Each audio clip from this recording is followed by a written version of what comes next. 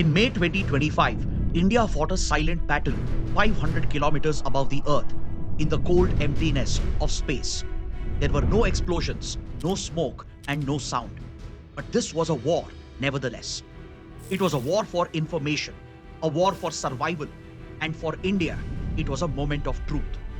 This is the secret story of India's first ever space war during Operation Sindoor, with unheard details of India's audacious gambit to outsmart Chinese satellite surveillance in order to protect its S-400 air defense systems from Pakistani strikes.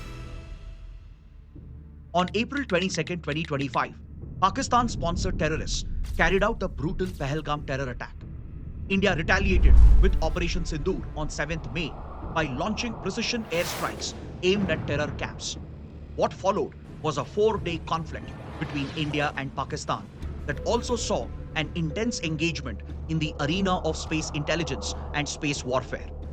Unknown to the outside world, there was a third player in this conflict, and that was China. Pakistan, bolstered by Chinese surveillance satellites, believed it had the upper hand to identify, track, and target Indian assets. China's Yaogan family of satellites, a constellation of over 290 dual-use satellites, became central to Pakistan's plan. These satellites, including high-resolution imaging models like Xi'an 24C, were repeatedly orbiting over key Indian military sites in low Earth orbit, focusing on India's S-400 deployment zones and key air bases such as Suratgarh, Sirsa, and others. Their mission was to locate the S-400 batteries and feed Pakistan targeting data in real time so that missiles or air raids could take them out. But India was more than ready for this challenge. It responded not by targeting the Chinese satellites directly, but by outmaneuvering their surveillance capabilities. Behind this successful deception lies India's nascent but rapidly maturing space defense capabilities. The Defence Space Agency, a tri-service agency set up in 2018 and headquartered in Bengaluru, led this war from the front. The Defence Space Agency utilized its growing space situational awareness capabilities, primarily powered by ISRO's Project NETRA, Network for Space Object Tracking and Analysis, an indigenous system comprising of a network of connected radars, telescopes, and data processing centers, which is designed to monitor objects in Earth's orbit. During the conflict, it was used to precisely track the Chinese satellites, predict their orbital paths with remarkable precision, and calculate the exact number of minutes they would be positioned over Indian military sites. This predictive intelligence was the cornerstone of India's space defense during Operation Sindoor. Armed with this intelligence, India executed a masterclass in deception. The S-400 systems are highly mobile. Their radars, launchers, and command vehicles can pack up and move to a new location in less than 5 minutes.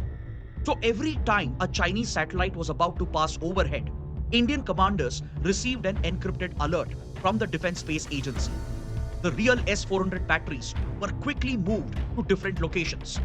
To make things even more confusing for the enemy, India also deployed decoys.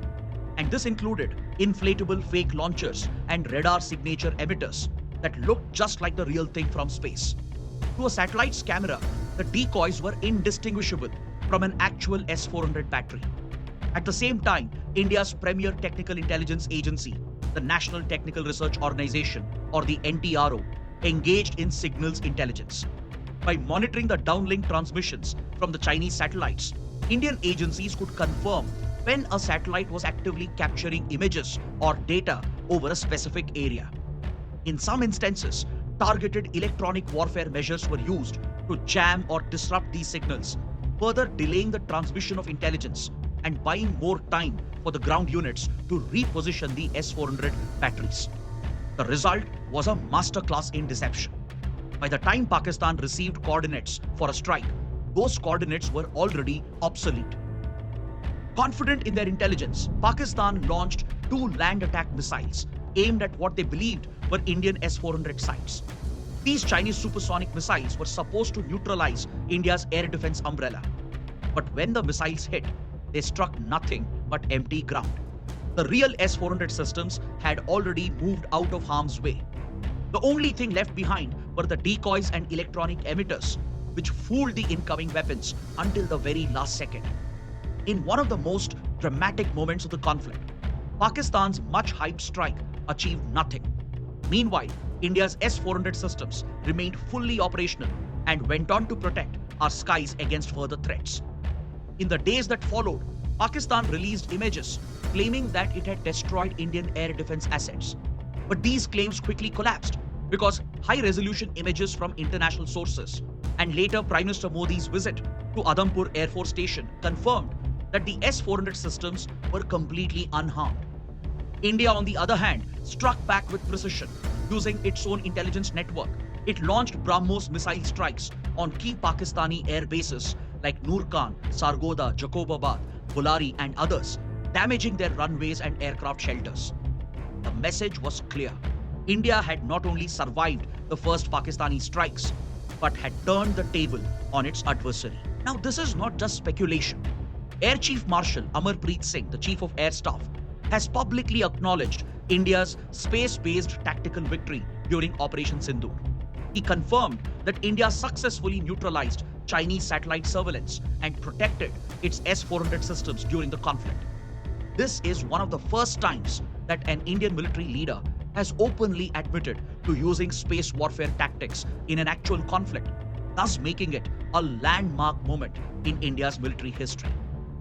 Operation Sindoor proved a critical point, that modern wars are no longer fought just on land, sea or air. They are also fought in outer space and cyberspace. India's success during Operation Sindoor shows that satellites can be outsmarted and that mobility, deception and predictive intelligence can defeat even superior surveillance systems. This episode has recently accelerated India's plan to launch a dedicated constellation of military reconnaissance satellites, giving India its own eyes in the sky rather than depending on allies or commercial providers. Operation Sindoor was India's first taste of space warfare, and India came out on top. By combining intelligence, technology, and old-fashioned deception, India protected its most valuable air defense assets and turned a potential disaster into a strategic victory. As nations race to dominate the space domain, this conflict is a reminder that the next war may not begin with a missile launch or a battle tank crossing a border, but with a satellite silently watching from 500 kilometers above. So what is your take on the China-Pakistan nexus, and what kind of future threats should India anticipate? Let me know in the comments below. And if this story gave you a new perspective on the future of warfare, don't forget to like, share and subscribe. Thanks for watching.